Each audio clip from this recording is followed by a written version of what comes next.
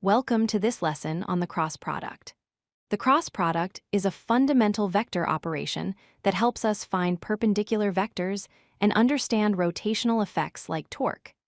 This is part of our vector series, where we build a comprehensive understanding of vector mathematics and its applications in physics and engineering. The cross product is a binary operation that takes two vectors in three-dimensional space and produces a third vector. What makes this operation special is that the resulting vector is always perpendicular to both of the original input vectors. This perpendicularity property makes the cross product incredibly useful in physics, especially when dealing with rotational motion and forces. The cross product of two vectors A and B is written as a times B equals C, using the multiplication cross symbol. You might also see alternative notations in some textbooks, such as a wedge B or a tensor product B. However, the cross symbol is the most commonly used notation in mathematics and physics. The cross product has four important properties you need to remember. First, it's anticommutative, meaning a cross B equals negative B cross A. The order matters and reverses the direction.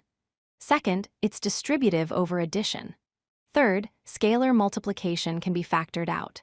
Finally, when you take the cross product of a vector with itself, or any two parallel vectors, the result is the zero vector.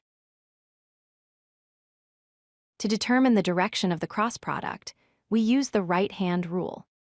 Point your fingers along the first vector, A, then curl them toward the second vector, B. Your thumb will automatically point in the direction of the resulting cross product. A cross B. This hand gesture is a practical tool that physicists and engineers use constantly to quickly determine vector directions. The magnitude of the cross product is calculated using the formula. The absolute value of a cross B equals the absolute value of A times the absolute value of B times sine of theta. Here, theta is the angle between the two vectors. Geometrically, this magnitude represents the area of the parallelogram formed by the two vectors, which has important applications in calculating work and rotational effects. To calculate the cross product using components, we use the determinant method. Set up a 3x3 matrix with the unit vectors I, j, k in the first row, the components of vector A in the second row, and the components of vector B in the third row. Expanding this determinant gives us a 2 times B3 minus a 3 times B2 in the I direction, minus a 1 times B3 minus a 3 times B1 in the j direction, plus a 1 times B2 minus a 2 times B1 in the k direction. Let's work through a concrete example.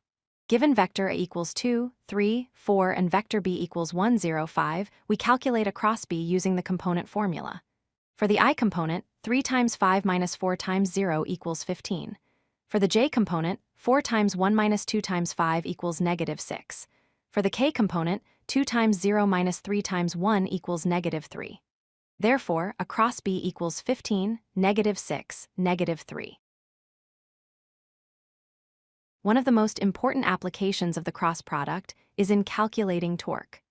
Torque is the rotational equivalent of force and describes how much a force causes an object to rotate around a pivot point. Understanding torque is essential in mechanics, engineering, and everyday situations like opening doors or using wrenches.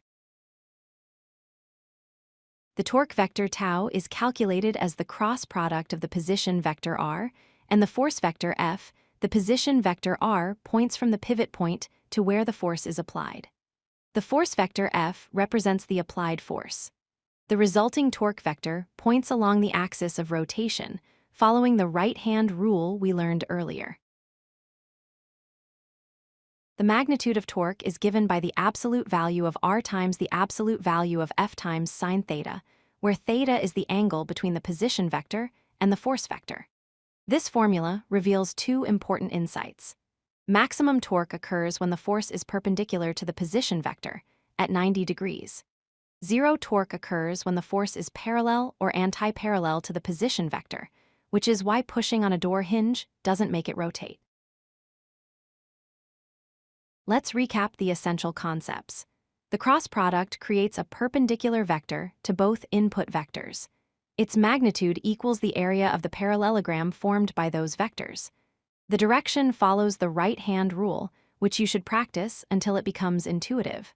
Finally, the cross product is essential for calculating torque in physics, connecting linear forces to rotational effects. Mastering the cross product opens the door to understanding angular momentum, magnetic forces, and many other advanced topics in physics and engineering. If you like this video, hit that like button and don't forget to subscribe. Visit codelucky.com for more such useful content.